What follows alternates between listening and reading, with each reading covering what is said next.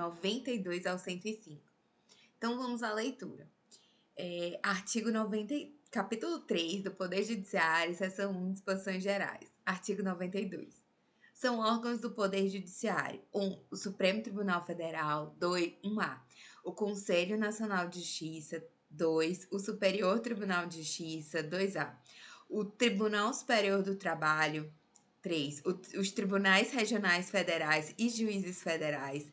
4. Os Tribunais e Juízes do Trabalho. 5. Os Tribunais e Juízes Eleitorais. 6. Os Tribunais e Juízes Militares. 7. Os Tribunais e Juízes dos Estados e do Distrito Federal e Territórios. Parágrafo 1º.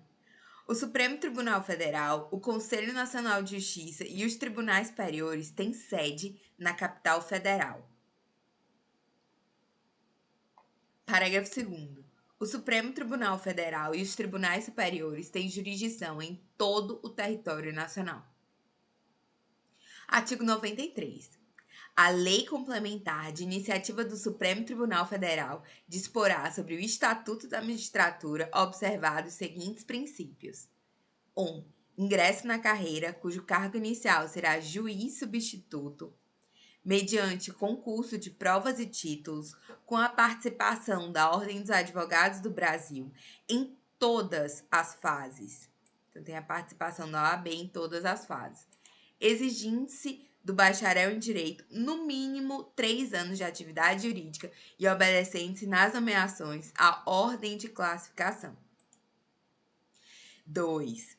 A promoção de entrância para entrância alternadamente, por antiguidade e merecimento, atendidas as seguintes normas. A. É obrigatória a promoção do juiz que figure por 3 vezes consecutivas ou 5 alternadas em lista de merecimento. B. A promoção por merecimento pressupõe 2 anos de exercício na respectiva entrância e integrar o juiz a primeira quinta parte da lista de antiguidade desta, salvo se não houver com tais requisitos quem aceite o lugar vago. C. Aferição de merecimento conforme desempenho pelos critérios objetivos de produtividade e presteza no exercício da jurisdição e pela frequência e aproveitamento em cursos oficiais ou reconhecidos de aperfeiçoamento. D. Na apuração de antiguidade, o tribunal somente poderá recusar o juiz mais antigo pelo voto fundamentado de 2/3 de seus membros, conforme procedimento próprio e assegurada ampla defesa, repetindo-se a votação até se fixar a indicação. Então, na apuração de antiguidade, o tribunal ele pode recusar o juiz mais antigo pelo voto fundamentado de 2/3 de seus membros, conforme procedimento próprio, assegurada ampla defesa, repetindo-se a votação até fixar a indicação. Não será promovido o juiz que injustificadamente retiver autos em seu poder além do prazo legal, não podendo devolvê-los ao cartório sem o devido despacho ou decisão. 3. O acesso aos tribunais de segundo grau far-se-á por antiguidade e merecimento, alternadamente, apurados na última ou única entrância. Então, você apura na última ou única entrância, também alternadamente por antiguidade e merecimento para o segundo grau de jurisdição. 4. Previsão de cursos oficiais de preparação, aperfeiçoamento e promoção de magistrados, constituindo etapa obrigatória do processo de vitaliciamento, a participação de curso oficial, ou reconhecido por Escola Nacional de Formação e Aperfeiçoamento de Magistrados.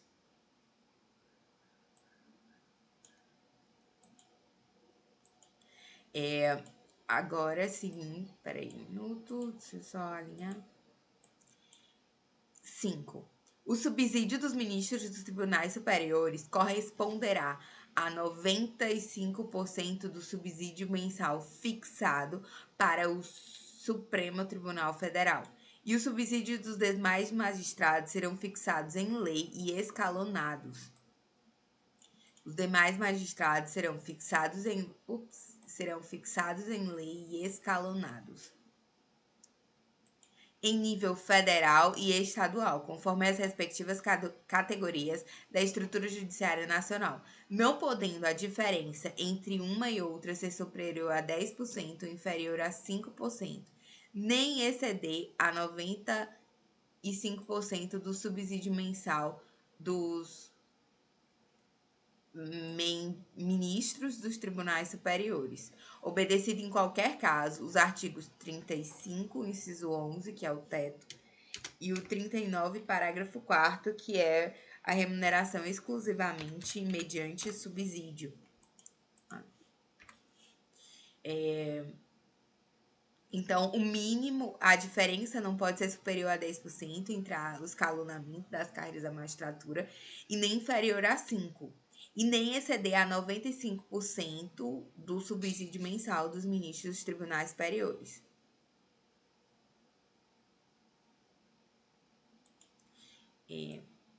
Só alinhar.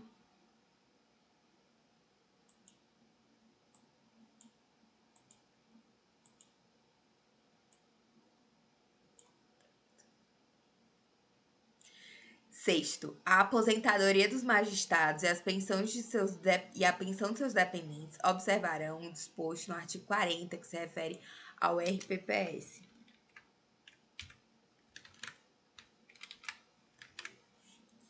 Sétimo, o juiz titular residirá na respectiva comarca, salvo a autorização do tribunal. Oitavo, o juiz tem que residir na comarca, salvo a autorização do tribunal. Oitavo, o ato de remoção ou de disponibilidade do magistrado por interesse público fundar-se-á em decisão por voto da maioria absoluta do respectivo tribunal, voto da maioria absoluta do respectivo tribunal no Conselho Nacional de Justiça, assegurada ampla defesa. A remoção ou disponibilidade do magistrado por interesse público fundar-se-á em decisão por voto da maioria absoluta do respectivo tribunal ou do Conselho Nacional de Justiça, assegurada ampla defesa. Inciso 8A. A remoção a pedido ou a permuta de magistrados de comarca de igual entrância atenderá no que couber ao disposto nas alíneas A, B, C e E do inciso 2. Inciso 9. Todos os julgamentos dos órgãos do Poder Judiciário serão públicos e fundamentadas todas as decisões, sob pena de nulidade, podendo a lei militar a presença em determinados atos, as próprias partes e seus advogados, ou somente a estes em casos nos quais a preservação do direito à intimidade do interessado no sigilo não prejudique o interesse público à informação. Inciso 10. As decisões administrativas dos tribunais serão motivadas e em sessão pública, sendo as disciplinares tomadas pelo voto da maioria absoluta de seus membros. Então, decisões administrativas dos tribunais são motivadas em sessão pública, mas as disciplinares, elas são tomadas pelo voto da maioria absoluta dos seus membros. Inciso 11. Nos tribunais com número superior a 25 julgadores, poderá ser constituído órgão especial. Então, nos tribunais com número superior a 25 julgadores, poderá ser constituído órgão especial com, no mínimo, 11 e, no máximo, 25 membros. No mínimo 11 e, no máximo, 25 membros. Aqui os 25 membros.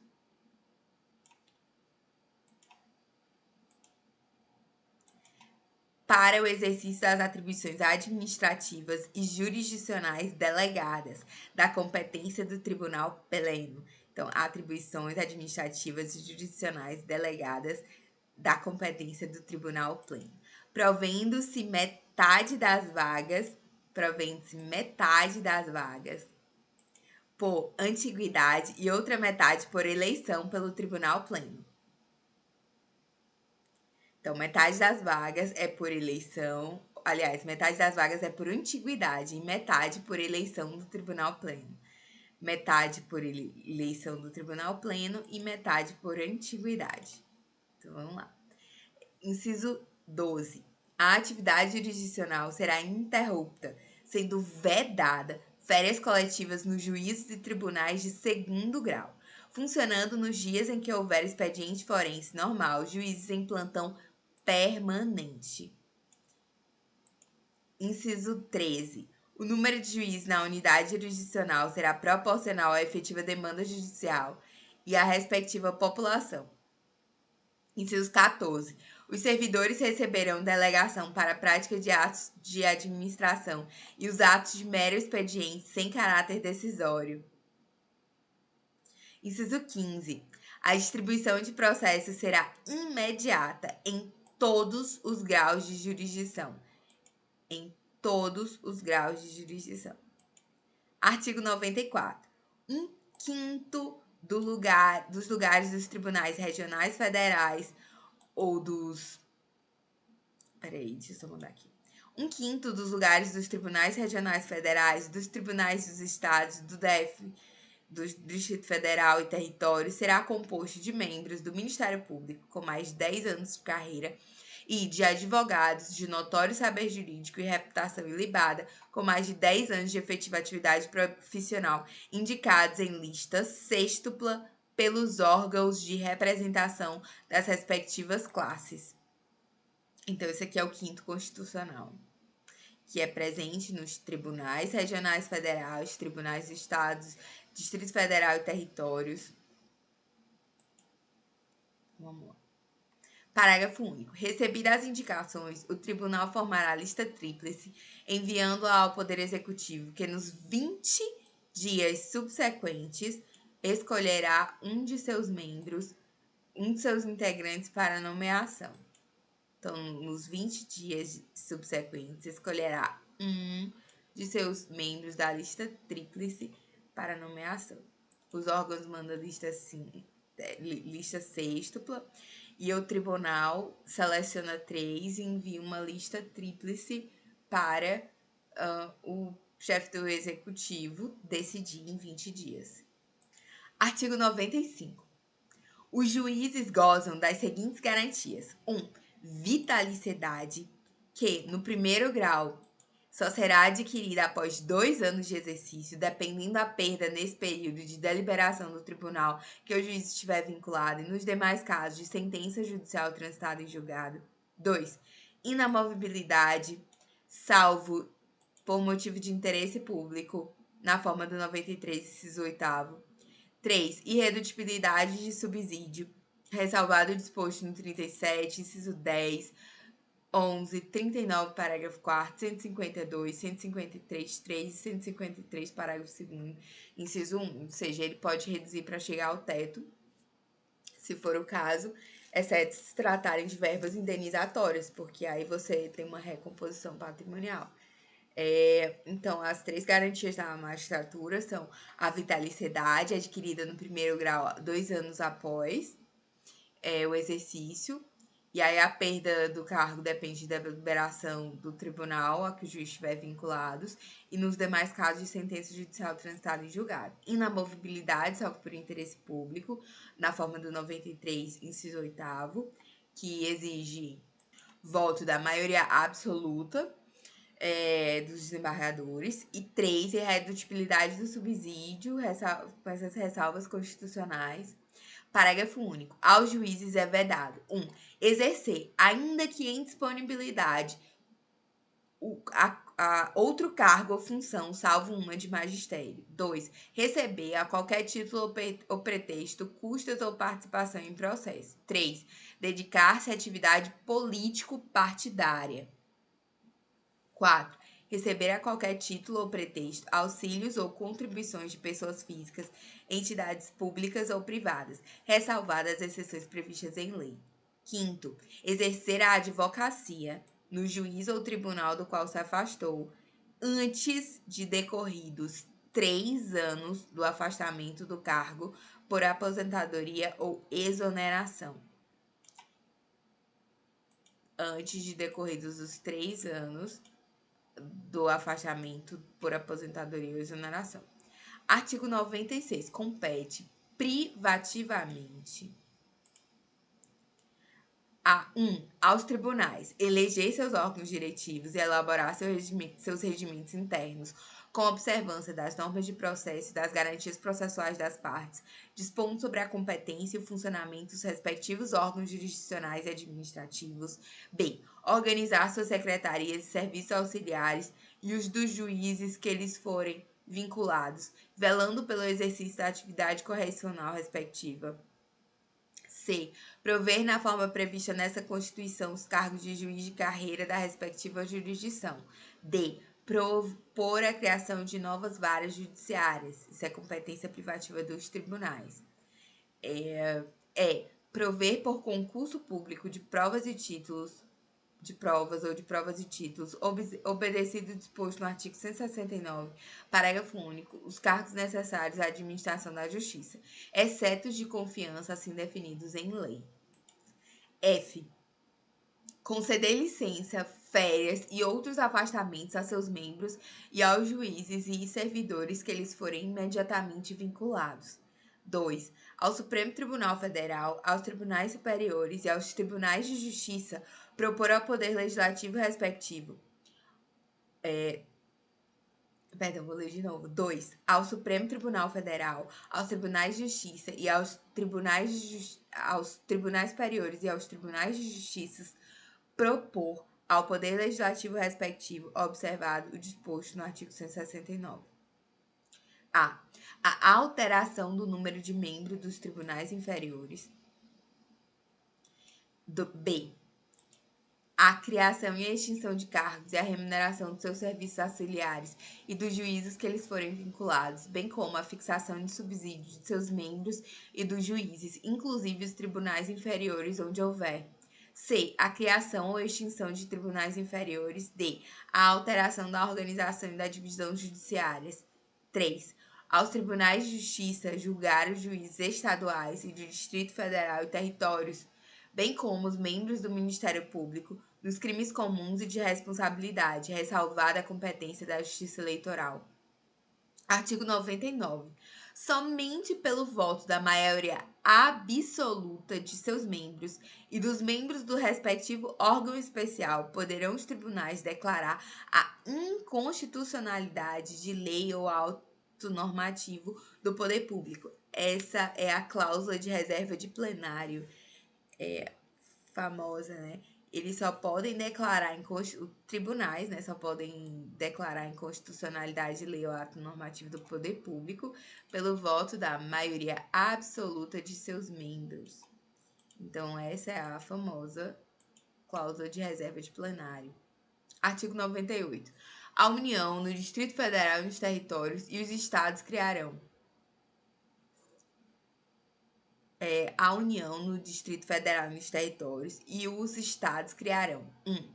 Juizados especiais providos por juízes togados ou togados e leigos, competentes para a conciliação, julgamento e a execução de causas cíveis de menor complexidade e infrações penais de menor potencial ofensivo, mediante os procedimentos oral e sumaríssimo, permitidos nas hipóteses previstas em lei, a transação e o julgamento de recursos por turmas de juízes de primeiro grau. 2. Justiça de paz remunerada composta de cidadãos eleitos pelo voto direto, universal e secreto, com mandato de 4 anos e competência para, na forma da lei, celebrar casamentos, verificar de ofício ou em face de impugnação apresentada o processo de habilitação e exercer atribuições conciliatórias sem caráter jurisdicional, além de outras previstas na legislação.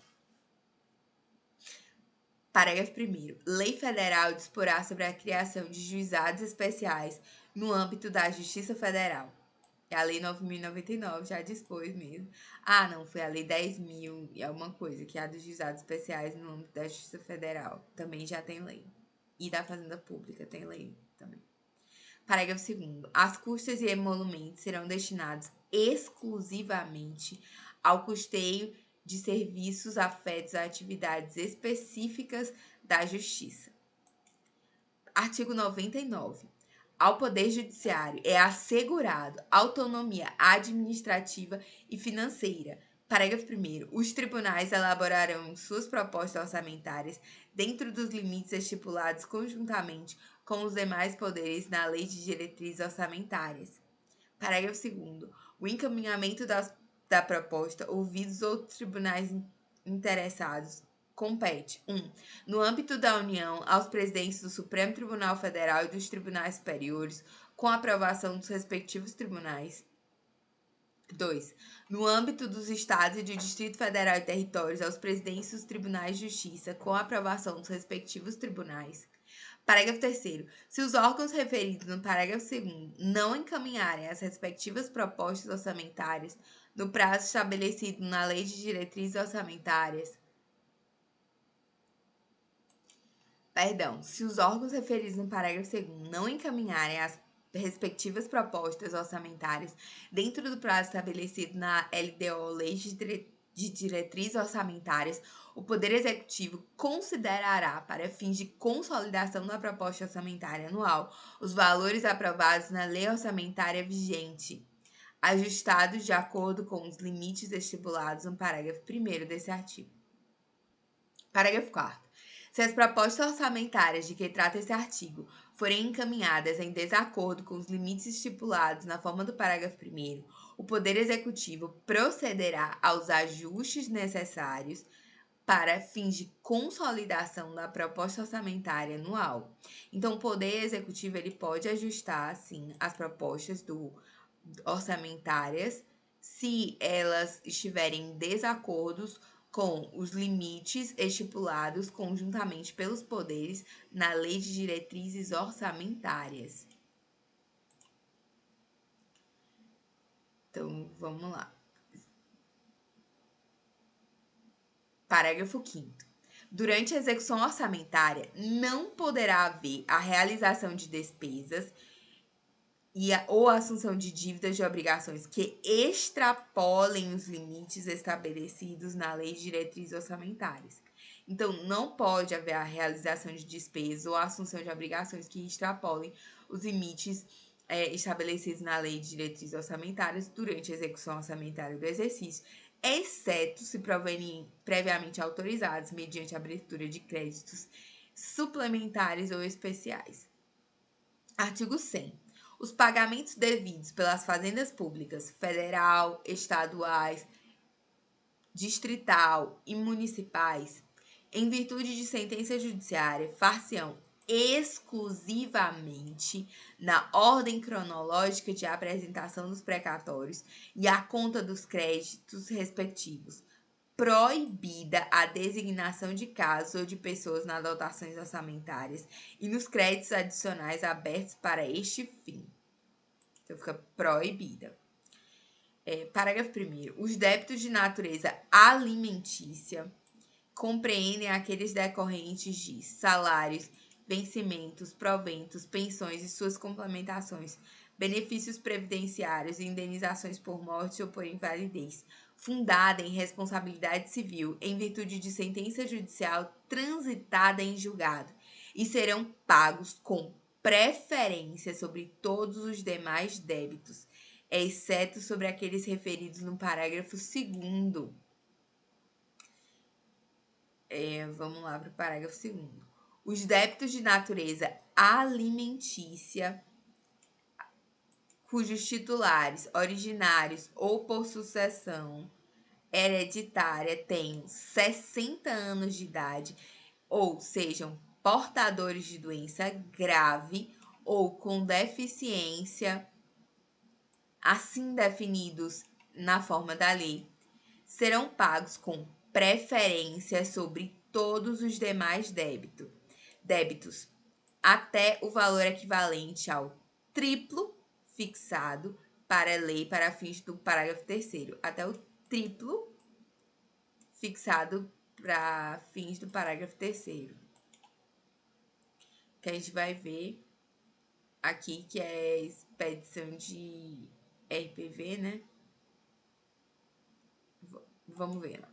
até o valor do triplo fixado para o parágrafo 3º desse artigo, admitindo o fracionamento para essa finalidade. Então, é admitido o fracionamento para essa finalidade, sendo que o restante será pago em ordem cronológica.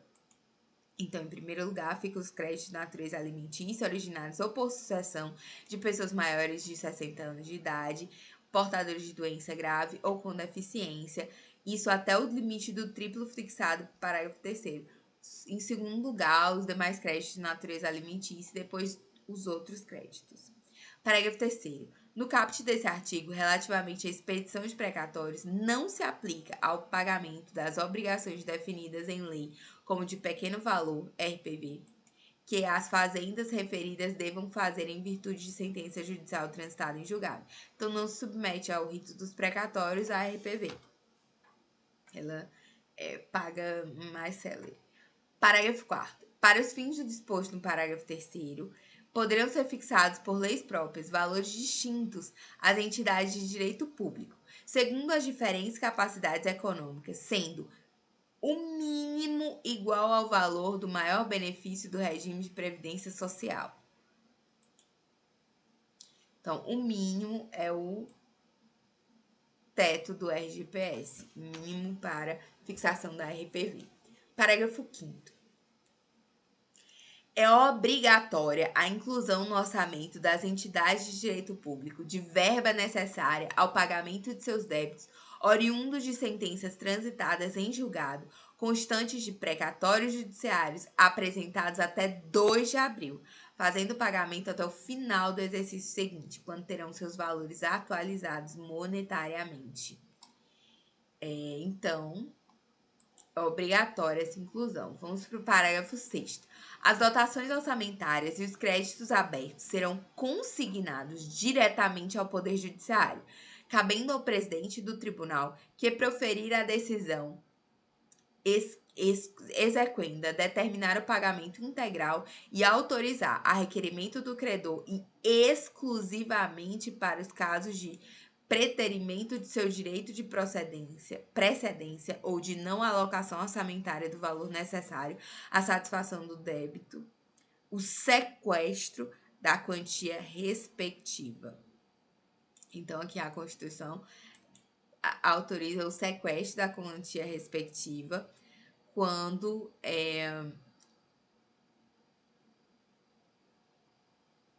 determinar o pagamento integral, mas houver o preterimento do direito de precedência ou a não alocação orçamentária do valor necessário à satisfação do débito.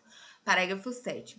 O presidente do tribunal competente que por ato comissivo ou omissivo retardar ou tentar frustrar a liquidação regular de precatórios incorrerá em crime de responsabilidade.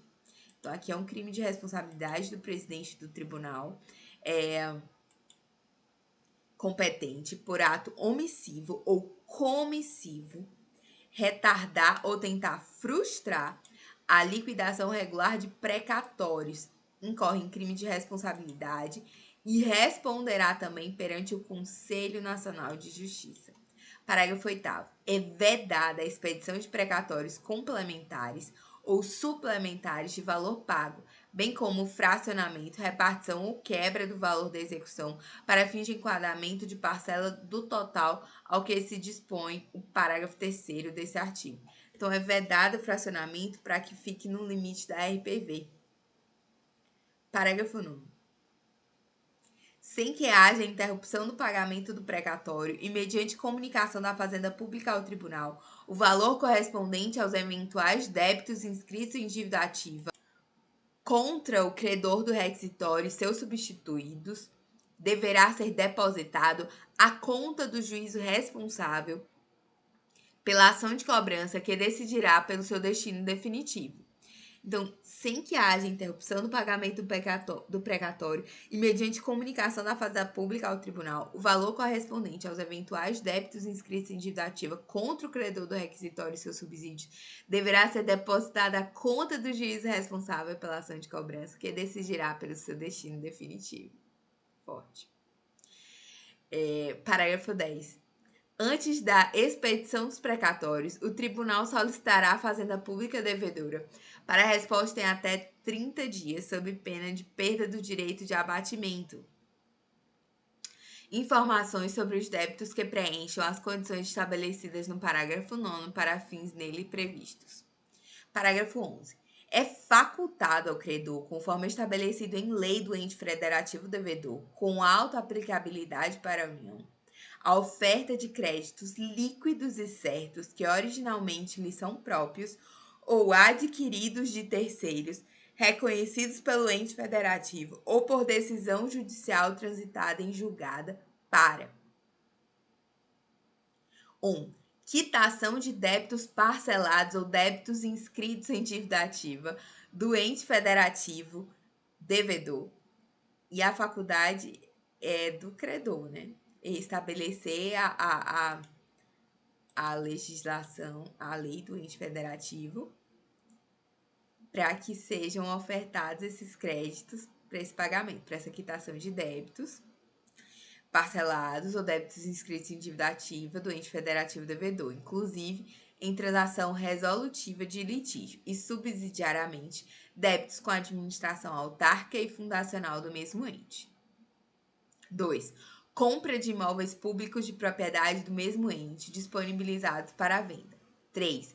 Pagamento de outorga de delegações de serviços públicos e demais espécies de concessão negocial promovidas pelo mesmo ente. 4. Aquisição, inclusive minoritária, de participação societária disponibilizada para a venda do respectivo ente federativo. 4. Aquisição, inclusive minoritária, de participação societária disponibilizada para a venda do respectivo ente federativo. 5.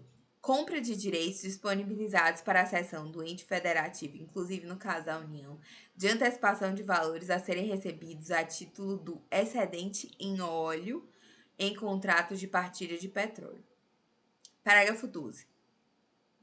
A partir da promulgação desta emenda constitucional, a atualização dos valores requisitórios após sua expedição até o efetivo pagamento, independentemente de sua natureza, será feita pelo Índice Oficial de Remuneração Básica da Caderneta de Poupança e, para fins de compensação de mora, incidirão juros simples.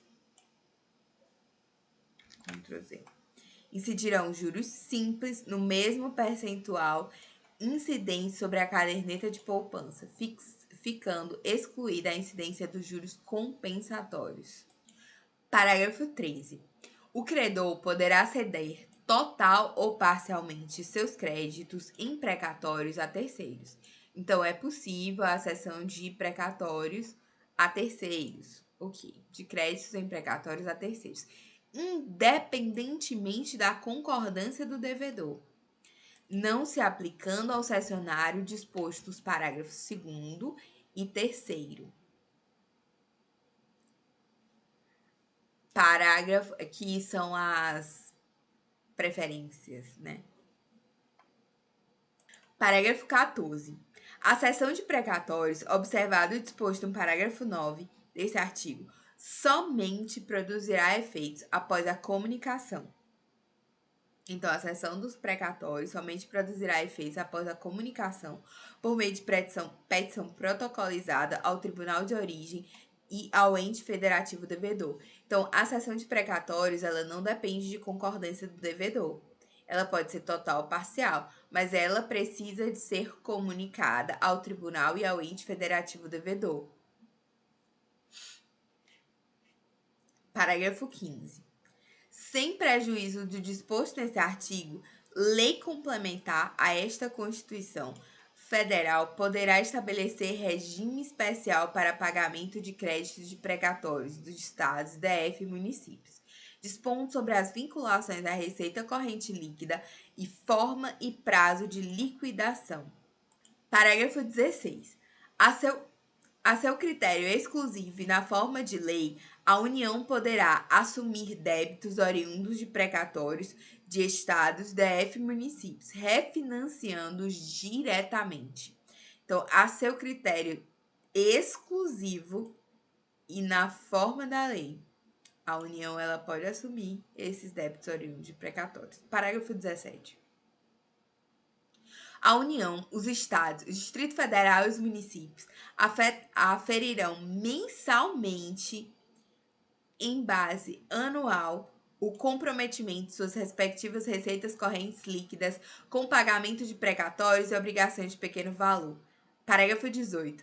Entende-se como receita corrente líquida, para os fins de que trata o 17, o somatório das receitas tributárias, patrimoniais, industriais, agropecuárias, de contribuições e de serviços, de transferências correntes e outras receitas correntes, incluído do parágrafo 1º do artigo 20 da Constituição Federal, verificado no período compreendido pelo segundo mês imediatamente anterior ao de referência e os 11 meses precedentes, excluídas as duplicidades e deduzidas receita corrente líquida. Então, vamos lá. É o somatório das receitas patrimoniais, das receitas tributárias patrimoniais, industriais, agropecuárias, de contribuições, de serviços, de transferências correntes e outras receitas oriundas do parágrafo 1º do 20 da Constituição Federal. Excluídas as duplicidades, também tem os 11 meses precedentes, e deduzidas na União, o que é que deduz na União? As parcelas entregues ao Estado, ao Distrito Federal e aos municípios por determinação constitucional. Deduz as transferências constitucionais aos outros entes. Então, no âmbito da União, deduz as transferências constitucionais aos Estados, DF e municípios. 2. Nos estados, as parcelas entregues aos municípios. Então, o que é que deduz nos estados? As parcelas entregues aos municípios por determinação constitucional, ou seja, as transferências constitucionais aos municípios. 3. Na União, nos estados, no DF e nos municípios, a contribuição dos servidores para custeio do seu sistema de previdência e assistência social e as provenientes de compensação financeira, referida no parágrafo 9º do artigo 201 da Constituição. Artigo 19. Caso o montante total de débitos decorrentes das condenações judiciais em precatórios e obrigações de pequeno valor em período de 12 meses ultrapasse a média do comprometimento percentual da receita corrente líquida nos 5 anos imediatamente anteriores. A parcela que exceder percentual poderá ser financiada, excetuada dos limites de endividamento de que tratam os incisos 6 e 7 do artigo 52 da CF, e de quaisquer outros limites de endividamento previstos, não se aplicando a esse financiamento a vedação de vinculação de receita prevista no inciso 4º do artigo 167 da Constituição Federal. Então, caso esse montante de débitos seja muito exorbitante, né? No caso, ele exceder a média do exceder em período de 12 meses a média do comprometimento percentual da receita corrente líquida nos últimos 5 anos, a parcela que exceder esse percentual poderá ser financiada, excetuando dos limites de endividamento que tratam os incisos 6 e 7 do 52 da Constituição e qualquer outros limites de endividamento previstos, não se aplicando a esse financiamento a vedação do inciso 4º do artigo 167 da Constituição. Parágrafo 20. Parágrafo 20 diz: caso haja precatório superior a 15% do montante dos precatórios apresentados nos termos do parágrafo 5º desse artigo, 15% desse valor de precatórios serão pagos até o final do exercício seguinte e o restante em parcelas iguais nos 5 exercícios subsequentes, acrescidas de juros de mora e correção monetária, ou mediante acordos. Então, vamos reiniciar. Caso haja precatório com valor superior a 15% do montante de precatórios apresentados nos termos do parágrafo 5º desse artigo, 15% do valor desse precatório serão pagos até o final do exercício seguinte e o restante em parcelas iguais nos 5 exercícios subsequentes, acrescidas de juros de mora e correção monetária ou mediante acordos diretos perante juízes auxiliares de conciliação de precatórios com redução máxima de 40% do valor do crédito atualizado, desde que em relação ao crédito não penda recurso ou defesa judicial e que sejam observados os requisitos definidos na regulamentação editada pelo ente federativo. Parágrafo 21.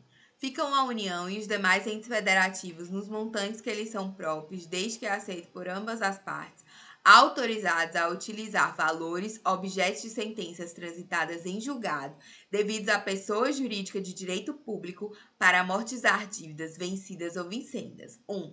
Nos contratos de refinanciamento cujos créditos sejam detidos pelo ente federativo que figure como devedor na sentença de que trata o caput desse artigo. 2. Nos contratos em que houver prestação de garantia a outro ente. 3. Nos parcelamentos de tributos ou de contribuições sociais. E 4. Nas obrigações decorrentes do descumprimento da prestação de contas ou desvio de recursos. Então, aqui nesse artigo, a gente verificou várias hipóteses em que as pessoas de direito público, as pessoas jurídicas de direito público, podem utilizar os valores depositados em juízo, né? Isso, os valores objeto de sentenças transitadas em julgado, devidos à pessoa jurídica de direito público.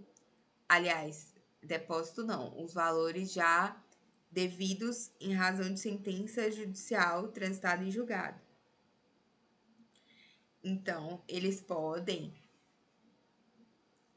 utilizar tanto nos contratos de refinanciamento, nos parcelamentos de tributos, contribuições sociais, nas obrigações decorrentes do descumprimento de prestação de contas e desvio de recursos.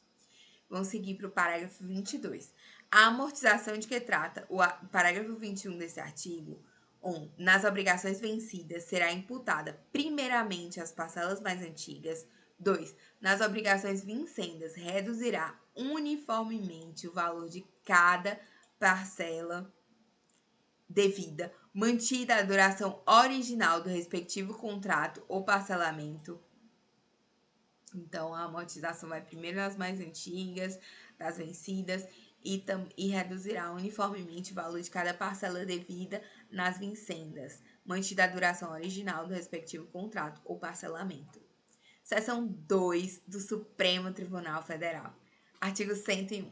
O Supremo Tribunal Federal compõe-se de 11 ministros, escolhidos dentre os cidadãos com mais de 35 anos e menos de 70 anos de idade, de notável saber jurídico e reputação ilibada. Parágrafo único. Os ministros do Supremo Tribunal Federal serão nomeados pelo Presidente da República, depois de aprovada a escolha pela maioria absoluta do Senado Federal. Artigo 102. Compete ao Supremo Tribunal Federal precipuamente a guarda da Constituição, cabendo-lhe 1. Processar e julgar originalmente a ação direta de inconstitucionalidade de lei ou ato normativo federal, estadual e ação declaratória de constitucionalidade de lei ou ato normativo federal. Então, a ADI de ato normativo federal ou estadual, não municipal. Ação declaratória de constitucionalidade de lei ou ato normativo estadual, não, só federal. Na B, nas infrações penais comuns, o presidente da República, o vice-presidente, os membros do Congresso Nacional, seus próprios ministros e o PGR. 3. Nas infrações penais comuns e nos crimes de responsabilidade, os ministros de Estado, e o AGU, que equivale a ministro, e os comandantes da Marinha, do Exército e da Aeronáutica, ressalvado e disposto no artigo 52. 1. Os membros dos tribunais superiores, STJ, TST, os do Tribunal de Contas da União e os chefes de missão diplomática de caráter permanente. Então, o chefe de missão diplomática de caráter permanente também é originalmente julgado no STF. Vamos lá, seguindo para D. O habeas corpus, sendo paciente qualquer das pessoas referidas nas alíneas anteriores, o mandado de segurança e o habeas data contra atos do Presidente da República, das mesas da Câmara dos Deputados e do Senado Federal, do Tribunal de Contas da União, do PGR, Procurador-Geral da República, e do próprio Supremo Tribunal Federal. Então, habeas corpus, quando for paciente, qualquer uma das pessoas mencionadas, presidente, vice-presidente, enfim. E o mandado de segurança e o habeas data contra atos do presidente e das mesas, do presidente das mesas, do Tribunal de Contas da União, do PGR e do próprio Supremo Tribunal Federal. Então, MSHD, presidente, mesas, TCU, PGR e STF. Litígio entre Estado estrangeiro e organismo internacional e a União, ou Estado estrangeiro ou um organismo internacional versus a União, o DF, o Estado, DF ou o território. F. As causas e os conflitos entre a União e os Estados, a União e o Distrito Federal ou entre uns e outros, inclusive as respectivas entidades de administração indireta. Esse conflito, isso aqui quando em tese for um conflito federativo. Aí o STF tem competência originária. G. A extradição solicitada por Estado estrangeiro. H. Revogado. I. O habeas corpus, quando o ator for Tribunal Superior, é habeas corpus, não é MS, não é HD, é habeas corpus. Quando o coator for Tribunal Superior, ou quando o coator ou paciente for autoridade ou funcionário cujos atos estejam diretamente à jurisdição do STF, ou se trate de crime sujeito à mesma jurisdição em uma única instância. Crime sujeito à mesma jurisdição em uma única instância. Então, habeas corpus também vale contra crime sujeito à mesma jurisdição em uma única instância. J. Revisão criminal e ação rescisória de seus julgados. Então, o STF tem competência originária, inclusive, para revisão criminal e ação rescisória de seus julgados. A linha L. Reclamação para preservação de sua competência e garantia da autoridade de suas decisões. M. A execução de sentença nas causas de sua competência originária. Então, execução de sentença na competência originária. Facultada a delegação de atribuições para a prática de atos processuais. Facultada a delegação de atribuições. Facultada a delegação de atribuições para a prática de atos processuais. N. A ação em que todos os membros da magistratura sejam direta ou indiretamente interessados e aquela em que mais da metade dos membros do tribunal de origem estejam impedidos ou sejam diretamente interessados, também é competência do Supremo Tribunal Federal. Na ação que todos os membros da magistratura sejam direta ou indiretamente interessados e aquela em que mais da metade dos membros do tribunal de origem estejam impedidos ou sejam direta ou indiretamente interessados. Os conflitos de competência entre o Superior Tribunal de Justiça e quaisquer tribunais, entre tribunais superiores e entre estes e qualquer outro tribunal. Então, teve Tribunal Superior, conflito de competência é julgado pelo STF.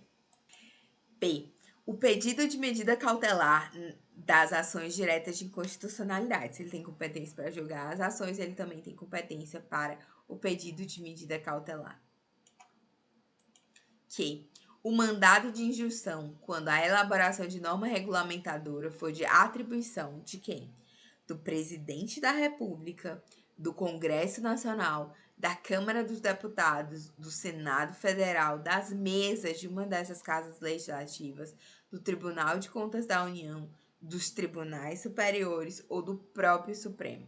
Então, mandado de injunção, quando o legislativo, o executivo, aliás, o legislativo federal, inclusive as mesas, os tribunais superiores, o Supremo e o TCU. Todos esses mandados de injunção, eles são processados originalmente no Supremo. quando a elaboração da norma regulamentadora cabe a todos esses. E, por fim, as ações contra o Conselho Nacional de Justiça, CNJ, e o Conselho Nacional do Ministério Público. 2. Julgar em recurso ordinário o habeas corpus, o mandado de segurança, o habeas data e o mandado de injunção, decididos em única instância pelos tribunais superiores. Então, em recurso ordinário, a competência do Supremo é habeas corpus, mandado de segurança, habeas data e o mandado de injunção decididos em única instância pelos tribunais superiores e ainda se denegatória a decisão. Então, se for denegatória a decisão do HC, do mandado de segurança, do habeas data, do mandado de injunção, julgada em única instância por tribunal superior, cabe recurso ordinário, que é uma espécie de apelação para o... Apelação no sentido de que você tem uma amplitude no recurso, o recurso devolve todas as matérias para análise. É diferente de um recurso extraordinário. Então, vamos lá. Para julgar em recurso ordinário, esses habeas corpus. B, crime político. E 3, ele julga em recurso... Então, ele julga recurso ordinário de crime político e desses remédios constitucionais decididos em única instância, denegados por tribunais superiores em única instância. Então, vamos lá. 3. Julgar mediante recurso extraordinário as causas decididas em única ou última instância quando a decisão recorrida a contrariar dispositivo da Constituição, b. declarar a inconstitucionalidade de tratado ou lei federal, c. julgar válida lei ou ato de governo local contestado em face da Constituição e d. julgar válida lei local contestada em face de lei federal. Parágrafo 1º. A arguição de descumprimento de preceito fundamental decorrente dessa Constituição será apreciada pelo Supremo Tribunal Federal na forma da lei. Parágrafo 2º. As definitivas de mérito proferidas pelo Supremo Tribunal Federal nas ações diretas de inconstitucionalidade e nas ações declaratórias de constitucionalidade produzirão eficácia contra todos e efeito vinculante. Então, as decisões definitivas de mérito promovidas nas ações de controle concentrado, elas produzem eficácia contra todos e efeito vinculante relativamente aos demais órgãos do Poder Judiciário e à administração pública, direta e indireta, nas esferas federal, estadual e municipal. Parágrafo 3º. No recurso extraordinário, o recorrente deverá demonstrar a repercussão geral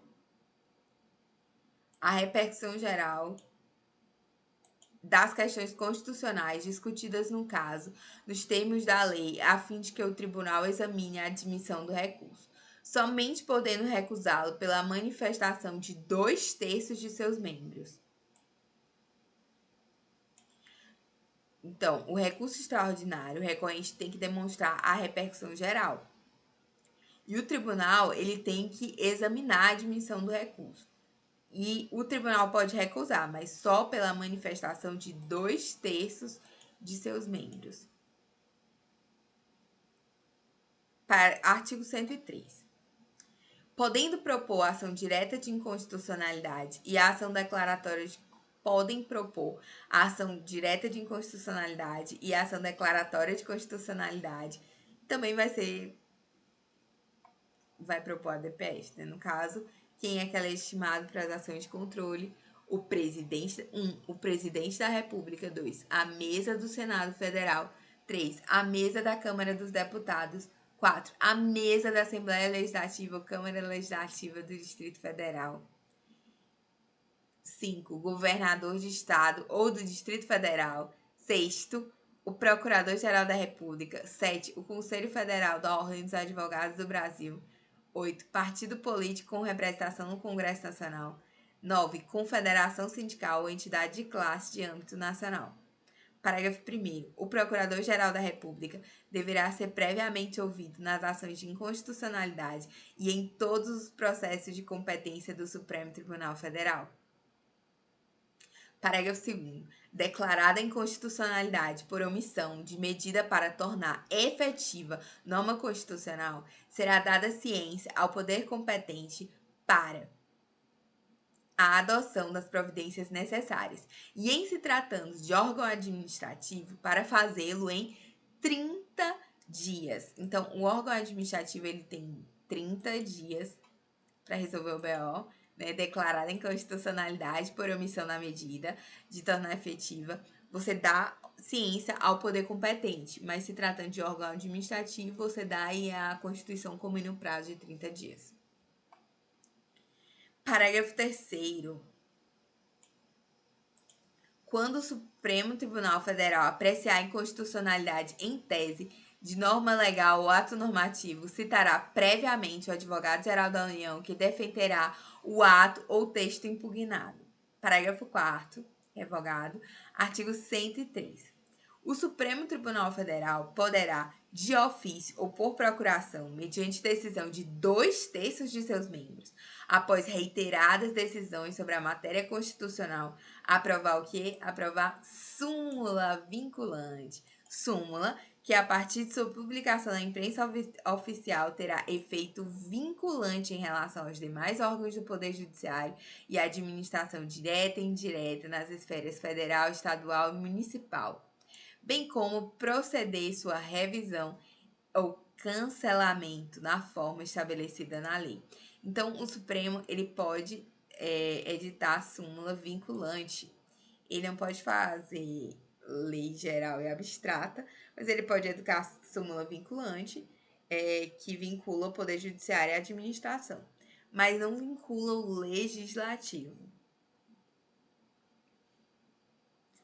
Parágrafo 1º. A súmula terá por objetivo a validade, a interpretação e a eficácia de normas determinadas, acerca das quais haja controvérsia atual entre os órgãos judiciários ou entre estes e a administração pública, que acarrete grave insegurança jurídica e relevante multiplicação de processos sobre questão idêntica.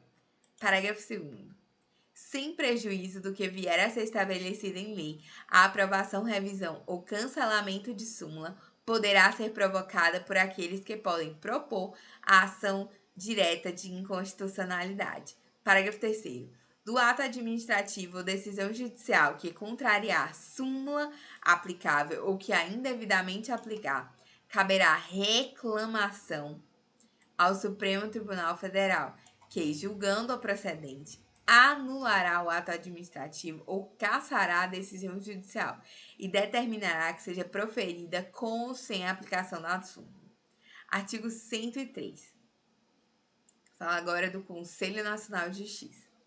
O Conselho Nacional de Justiça compõe-se de 15 membros, com mandato de 2 anos, admitida uma recondução, sendo 1. O presidente do Supremo Tribunal Federal. 2. Um ministro do Superior Tribunal de Justiça indicado pelo respectivo tribunal.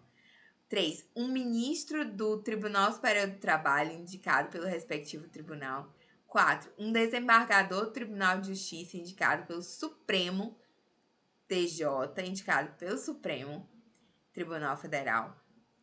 5. Um juiz estadual indicado pelo Supremo Tribunal Federal. Então, aqui, ó, a Justiça Estadual, quem está indicando é o Supremo. Tanto o desembargador quanto o juiz estadual. 6. Um juiz do Tribunal Regional Federal indicado pelo STJ, Superior Tribunal de Justiça. E 7. Um juiz federal indicado pelo Superior Tribunal de Justiça. Então, a Justiça Federal, né, quem está indicando é o STJ. O juiz federal e o juiz do TRF. 8. Um juiz do TRT, indicado pelo TST. Um juiz do Tribunal Regional do Trabalho, indicado pelo Tribunal Superior do Trabalho. 9. Um juiz do trabalho, indicado pelo Tribunal Superior do Trabalho.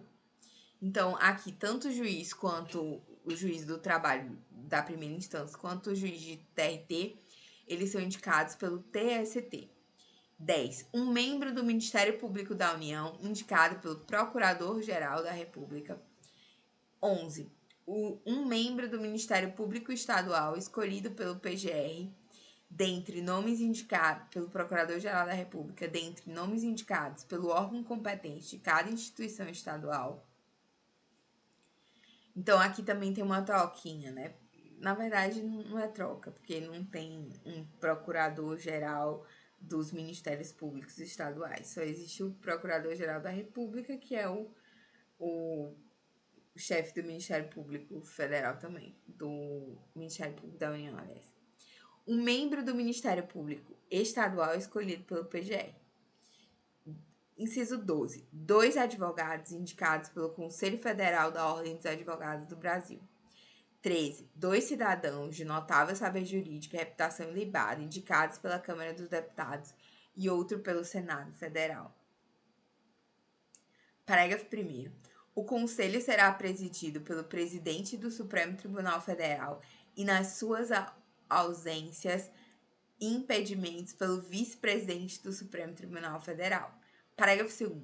Os demais membros do Conselho serão nomeados pelo Presidente da República depois de aprovada a escolha pela maioria absoluta do Senado Federal.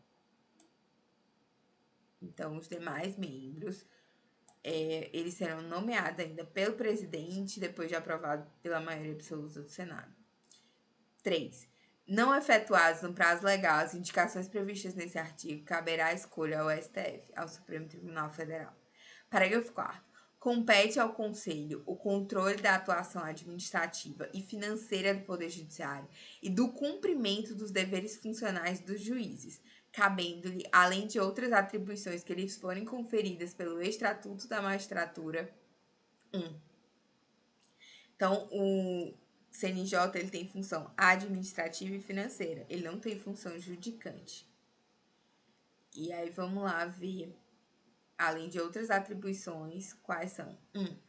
Zelar pela autonomia do Poder Judiciário e pelo cumprimento do Estatuto da Magistratura, podendo expedir atos regulamentares no âmbito de sua competência, ou recomendar providências. 2.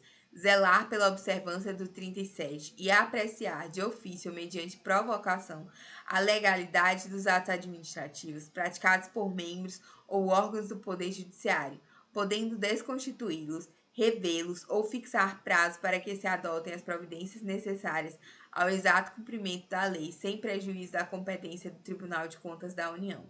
3. Receber e reconhecer as reclamações contra membros ou órgãos do Tribunal Judiciário, inclusive contra seus serviços auxiliares, serventias e órgãos prestadores de serviços notariais e de registros, que atuem por delegação do poder público ou oficializados, sem prejuízo da competência disciplinar e correcional dos tribunais, podendo avocar processos disciplinares em curso, devendo a remoção ou a disponibilidade e aplicar outras sanções administrativas assegurada ampla defesa. 4. Representar ao Ministério Público no caso de crime contra a administração pública ou abuso de autoridade. 5. Rever de ofício ou mediante provocação os processos disciplinares dos membros dos tribunais julgados há pelo menos um ano. Julgados há pelo menos um ano. Aqui.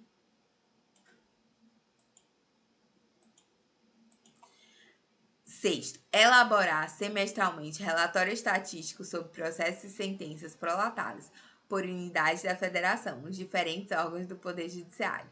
7. Elaborar relatório anual, propondo as providências que julgar necessárias sobre a situação do Poder Judiciário no país e as atividades do Conselho, ao qual deve integrar a mensagem do presidente do Supremo Tribunal Federal a ser remetida ao Congresso Nacional por ocasião da abertura da sessão legislativa. 5º, parágrafo 5º. O ministro do Superior Tribunal de Justiça exercerá a função de ministro corregedor e ficará excluído da distribuição de processos no tribunal, competindo-lhe, além das atribuições que lhes forem conferidas pelo Estatuto da Magistratura, os seguintes.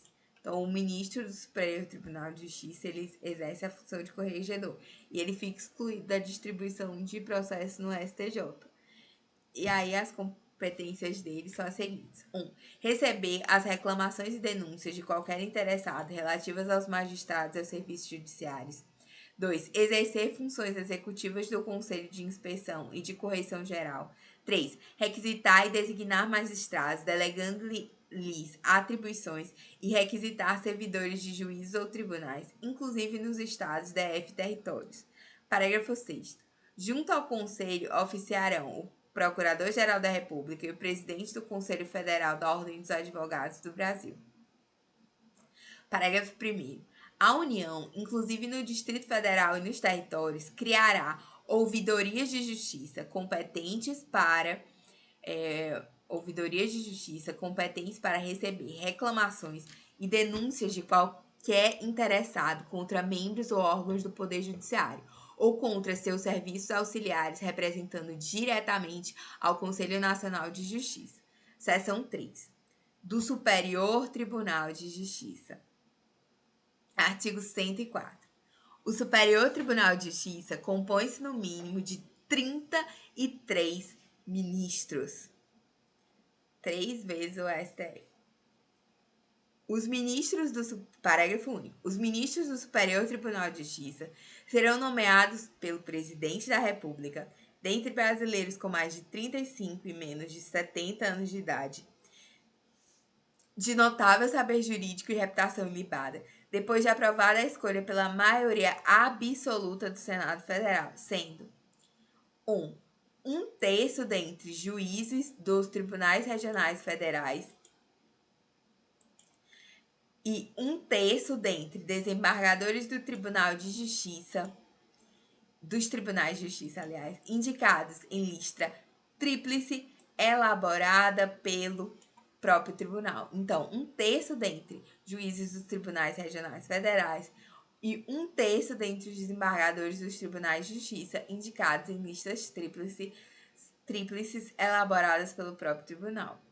Inciso 2. Um terço em partes iguais dentre advogados e membros do Ministério Público Federal, Estadual e do Distrito Federal e Territórios, alternadamente indicados na forma do artigo 94. Então, aqui não é quinta, aqui é terço constitucional. Igualmente dividido entre advogados e membros do Ministério Público. Artigo 105. Compete ao Superior Tribunal de Justiça 1. Processar e julgar originalmente: a. Nos crimes comuns, os governadores de Estado e do Distrito Federal, e nos de responsabilidade, os desembargadores dos tribunais de justiça dos Estados e do Distrito Federal. Os membros dos tribunais de contas dos Estados e do Distrito Federal e dos tribunais regionais federais, dos tribunais regionais eleitorais e do trabalho. Os membros dos conselhos ou tribunais de contas dos municípios e do Ministério Público da União que oficiem perante tribunais. B.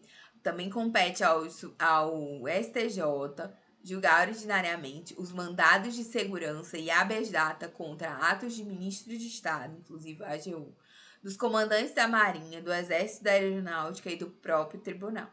Porque mandado de segurança sempre é o próprio tribunal que julga, exceto a autoridade com prerrogativa de foro em relação à primeira instância.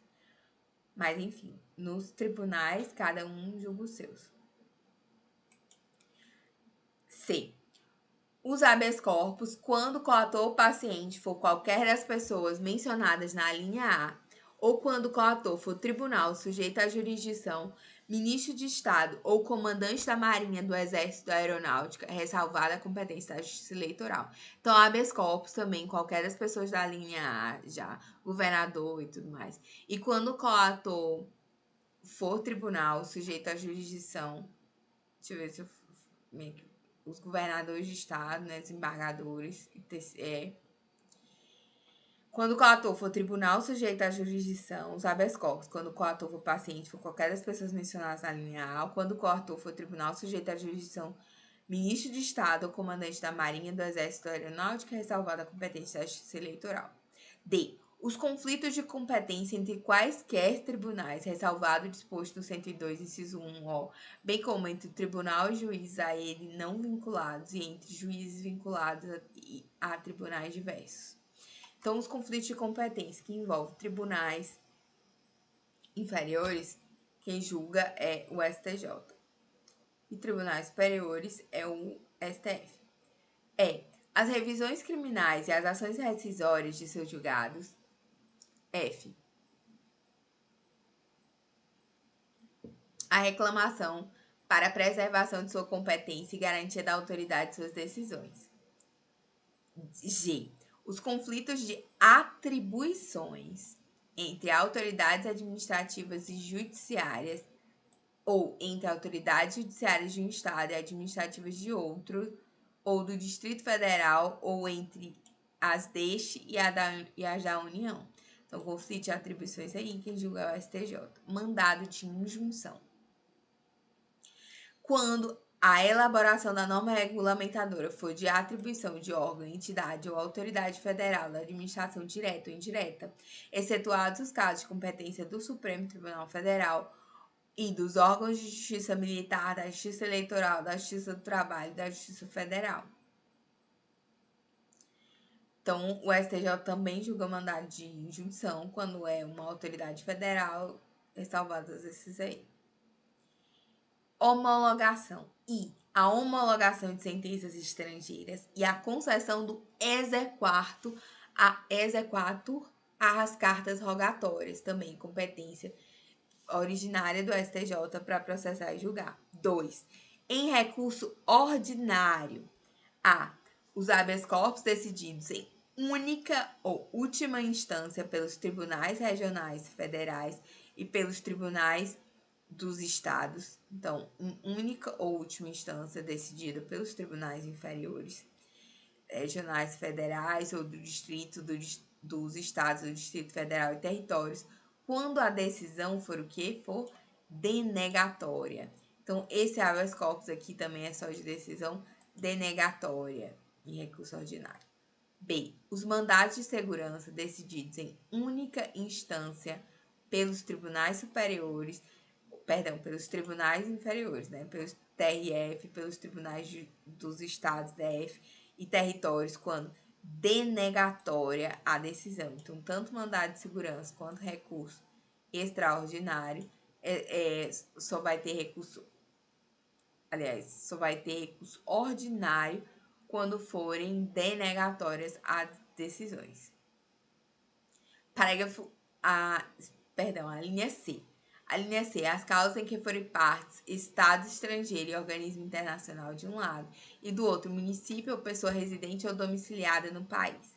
Nesse caso, é um caso de competência originária da Justiça Federal, mas a nível de recurso é o ROC para o STJ.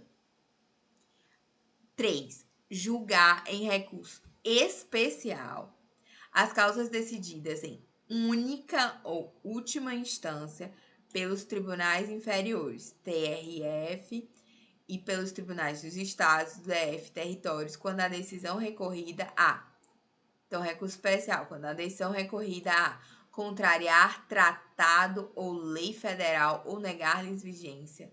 Então, tratado ou lei federal ou negar-lhes vigência. B. Julgar válido ato governamental contestado em face de lei federal. C. Der à lei federal interpretação divergente da que lhe haja atribuído outro tribunal. Então, também cabe recurso especial, no caso, quando a decisão recorrida der à lei federal interpretação divergente da que lhe haja atribuído outro tribunal. Interpretação divergente também justifica o resto. Parágrafo 1º. Funcionarão junto ao Superior Tribunal de Justiça 1. A Escola Nacional de Formação e Aperfeiçoamento dos Magistrados, a Infam, cabendo-lhe, dentre outras funções, regulamentar os cursos oficiais para o ingresso e promoção na carreira. 2. O Conselho da Justiça Federal, cabendo-lhe exercer, na forma da lei, a supervisão administrativa e orçamentária da Justiça Federal de primeiro e segundo graus, como órgão central do sistema e com poderes correcionais, cujas decisões terão caráter vinculante. Parágrafo 2º. No recurso especial, o recorrente deve demonstrar. Essa foi uma alteração agora da Emenda Constitucional 125 de 2022. Então, no recurso especial agora, nos moldes da repercussão geral, agora o recorrente tem que demonstrar a relevância das questões de direito federal infraconstitucional discutidas no caso. Nos termos da lei, a fim de a admissão do recurso seja examinada pelo tribunal, o qual somente pode ter não conhecer, com base nesse motivo, falta de relevância, pela manifestação de 2/3 dos membros do órgão competente para julgamento, mesmo quórum da repercussão geral e do não conhecimento do recurso extraordinário sobre o fundamento de ausência de repercussão geral. Parágrafo 3º. Haverá relevância de que trata o parágrafo 2º, ou seja, já se presume que a relevância das questões quando, nos casos seguintes, 1. Ações penais.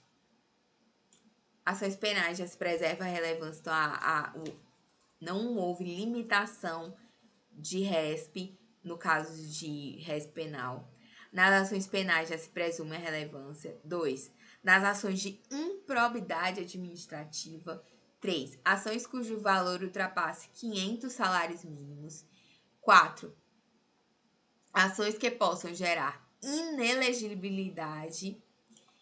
E 5. Hipóteses que o acordo recorrido contrariar a jurisprudência dominante do Superior Tribunal de Justiça. O 6º, outras hipóteses previstas em lei. E foi isso, meus amigos. Até o próximo.